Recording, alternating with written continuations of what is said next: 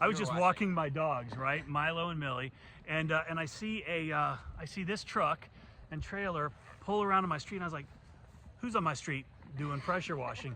And then these two pulled up. This is John, this is Emma. They are fresh married, what, a month? 1 month. It's still on the back of the truck. All right, so tell me who you are, what your business is, how long you've been in business. So my name is John. This is I'm Emma. I'll let her introduce herself. Hi, Emma. I'm the wife. The wife, love it. Anyway, so I started my business about 2 years ago. I'm watching Mike, that's why I started it.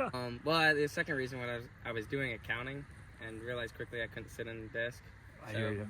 Had to find something. I found this. And I know there are a bunch of people just like John and Emma who don't like what they do. Maybe they're sick of their 9 to 5. Maybe they want to make more money. Maybe they want to start something, but they're scared. They're intimidated. They've got questions, which is why we put together How to Wash, the most extensive training in the cleaning industry, where you're going to learn everything you need to know, from which chemicals to use, how to mix them, the equipment and the proper way to use it, how to wash everything from the roof to the concrete and everything in between.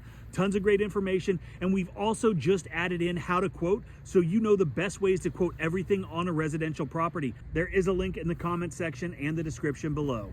Okay, so you were an accountant? Who were you working for? Where were you at? I worked for 𝐒𝐀𝐕𝐄. It's local. Okay. Did not enjoy it. Mostly just the sitting down part. Yeah. So you decided you wanted to go out on your own, do something. How did you find pressure washing? What was it that made you decide that this is what you were going to go into? Well, I'm a very sporadic kind of person, so it was more just clearly I saw it and I just went for it. Right. It was no reason. I saw it and I did it. And Gotcha.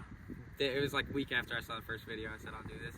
And then quickly, right out the gate, was making more money than I was in accounting. I love to hear that. Right out the gate. So this is how many years you said? I'm coming up on 2. Okay, 2 years, but just recently really started to focus on it. Yeah. What have you been doing to get the name out there? What kind of marketing have you been implementing? First step, well, big thing we did recently is we paid someone to do our website. I spent about a year trying to do my own website, and it looked good, but it was not functional. So we paid someone to do that. And then on Facebook, that's been our biggest thing. We just post on all the local Facebook groups. Gotcha. Are you running any ads on Facebook, or is I it did just... for a while, and it's not that they don't work, because they do, but it was more just, it's kind of a time thing, and I post in the Facebook groups, and that's gotten me a job a day.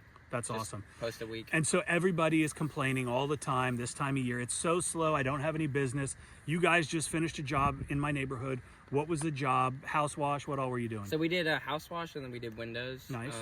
And kind of just had the water fed pole following along. She followed along with the windows as I was doing the house. Perfect. Yep.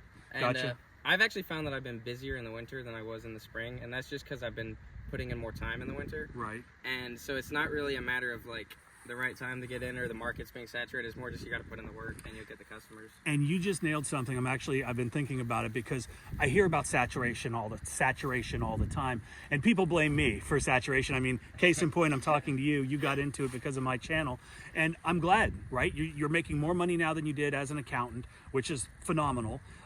You've got a lovely bride here, and you guys are gonna, do well. I can already tell. Market saturation.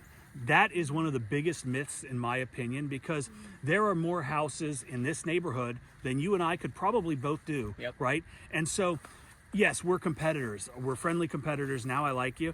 But at the end of the day, the market is not saturated. The market, I mean, this is, and I can't remember what the numbers are. My friend Aaron from the Lean and Mean Academy, he talks about market saturation, and he talks about the industry numbers, like the green industry, lawn care. It's like a $30 billion a year industry. Pressure washing is only like 2.2 or 2.4 billion.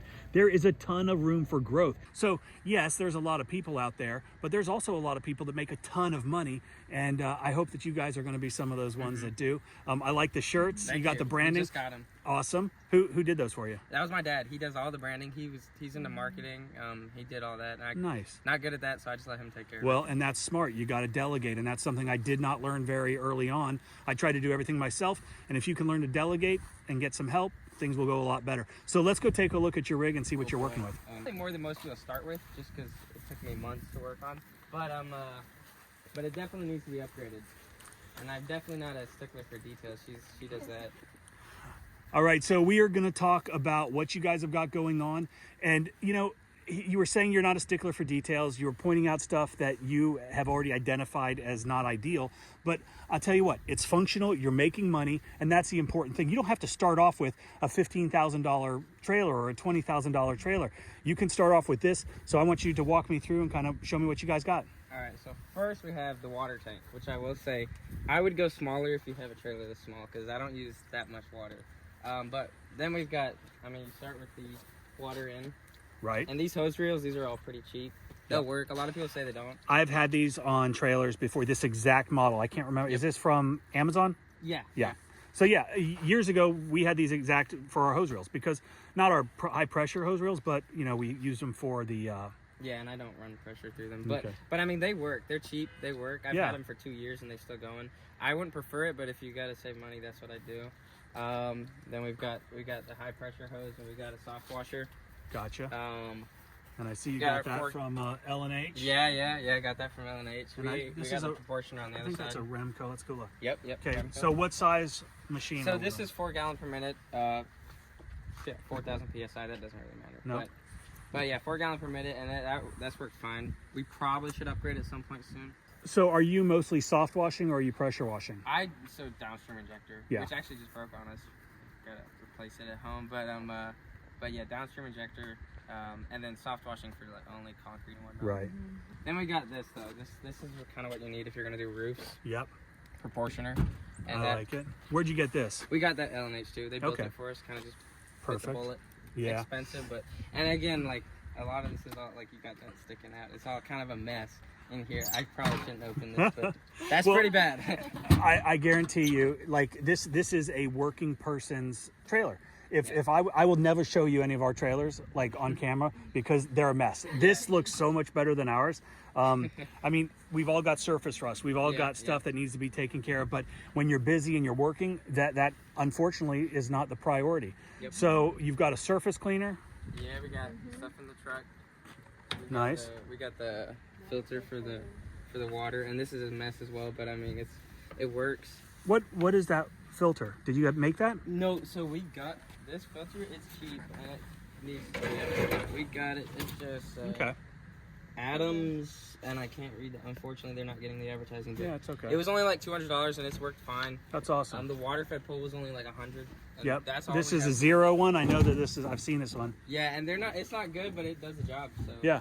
Well, and again, you're getting the job done. You're making money. Are you reinvesting in the business? Yes, definitely. Pretty much all our money and we're kind of at a point young and whatnot, and we've got help from family where we can just put all the money back in. That's awesome. We cut out all the stupid expenses. Everything goes back to the business. Right. How are the Google reviews coming? Very good. So we ask for a review every single job, send a message after the job, ask for a review. We probably get like 50% of our customers sending Google reviews. That's awesome. And that's a really, really important key. Yeah, very key.